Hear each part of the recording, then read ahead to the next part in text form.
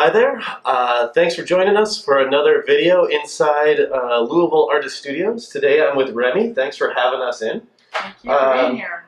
So Remi, for our viewing audience, why don't you tell us a bit about your artistic practice and yourself, just to get started. Well, thank you. I call myself a 2D artist, but I've been exploring a lot of 3D work these days. I'm holding a piece right now that was currently constructed at Josephine Sculpture Park. This is a little model of the Terra hand, so the earth hand, and I created it out of the cob method. So so it was my first sculpture, so I wanted it to be... That's your first sculpture? This is my first sculpture. I am so envious. There's a reason why I'm a curator and not a maker. Yeah. So this is just a model of it. So the piece that I did was 6 feet by 5 feet by 5 feet, and it includes a canopy. All of my work has a thread of sustainability to it. It also has a thread of reflection in it. So all of the pieces that you'll see and everything that I work on has an aspect of compassionate reflection. And so I'm terming it mindful social justice. Okay. Yeah. So this has been curing for the last 2.5 months. It was a total experiment. I built it with the cob method, which is clay, sand, and straw. And then I covered it with a limestone plaster. First time I ever did it. You can build houses with this method. Exactly. And they've been standing for thousands of years. So we'll see if this will stand as well.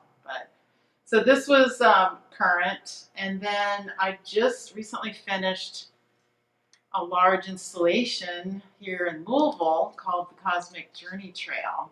And I collaborated with the Earth and Spirit Center. And we reclaimed 21 trespassing signs.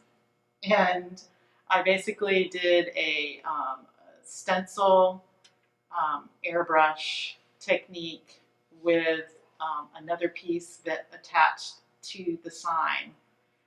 And I had to describe, basically, in 21 signs, I had to describe the basically the beginning and up to date of the cosmos. Yep.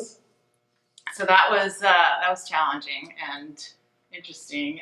And I just recently got interviewed with them. They just created a 40-minute film about the project. And so it's exciting when you get a bigger project and they really build on it. Yeah. That is exciting. Yeah, and so, but my studio work has been basically sculptural.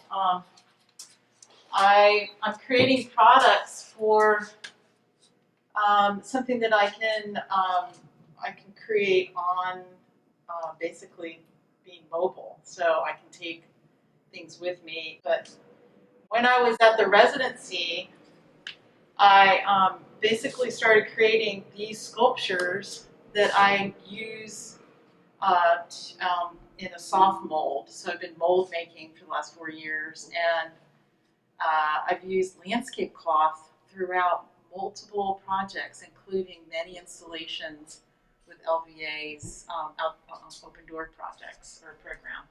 So here is one of the sculptures that lays in sand. Those are small scale.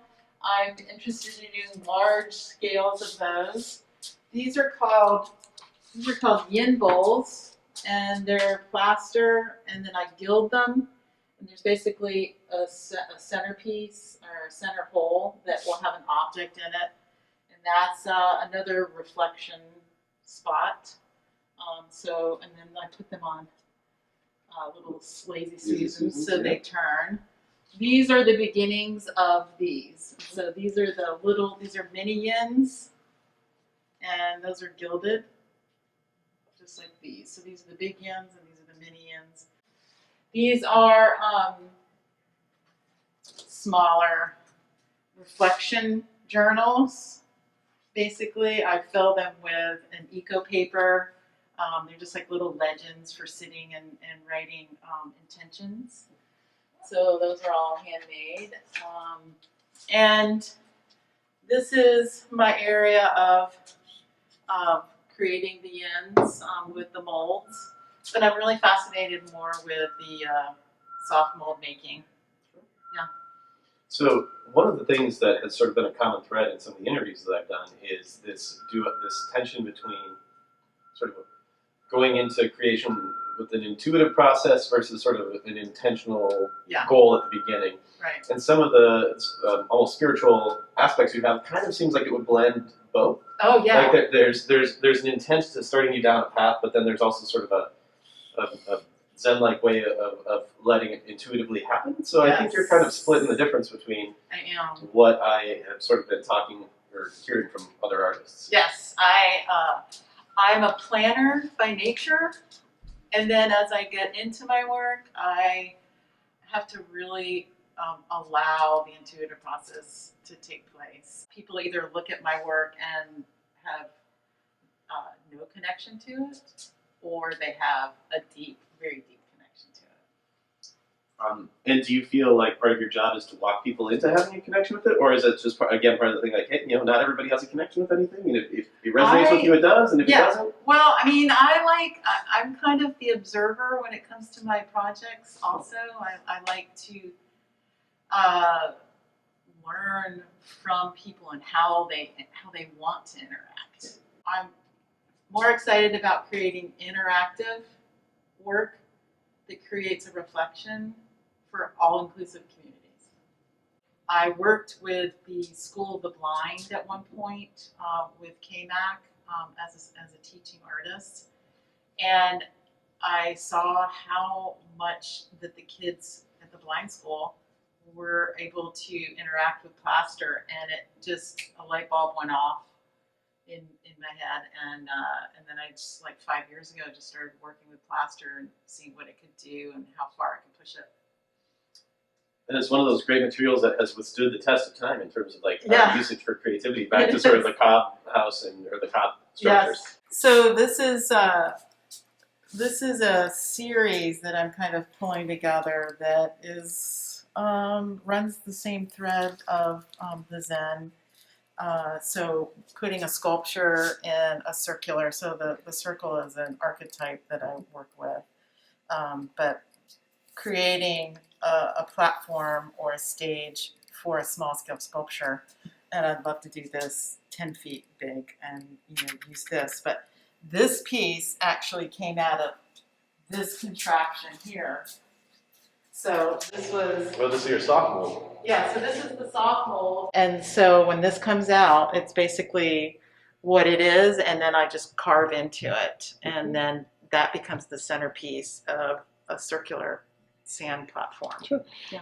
So this is a little bit almost the antithesis of some of the, I would say, maybe glass artists or people that we were talking with earlier, that there's a meticulousness, or the thing is actually kind of destroyed. But when we were speaking with printmakers, it's almost this Japanese concept of wabi-sabi, or that noble failure. Yes. And like something happens that you don't expect, but it's actually more beautiful than the intention of us as humans. Exactly. The process, or the spark of the divine creates something better than we would have intended. Exactly. I love being in that place. And it's kind of like in meditation, it's, what your intention is and what your goal is. It's the space in between, which is where the magic happens. Yeah. And then here is, I actually had so I put them on these so they can kind of spin. You got sort of that black grit that they use, that sandblasting grit. Mm-hmm. Yeah.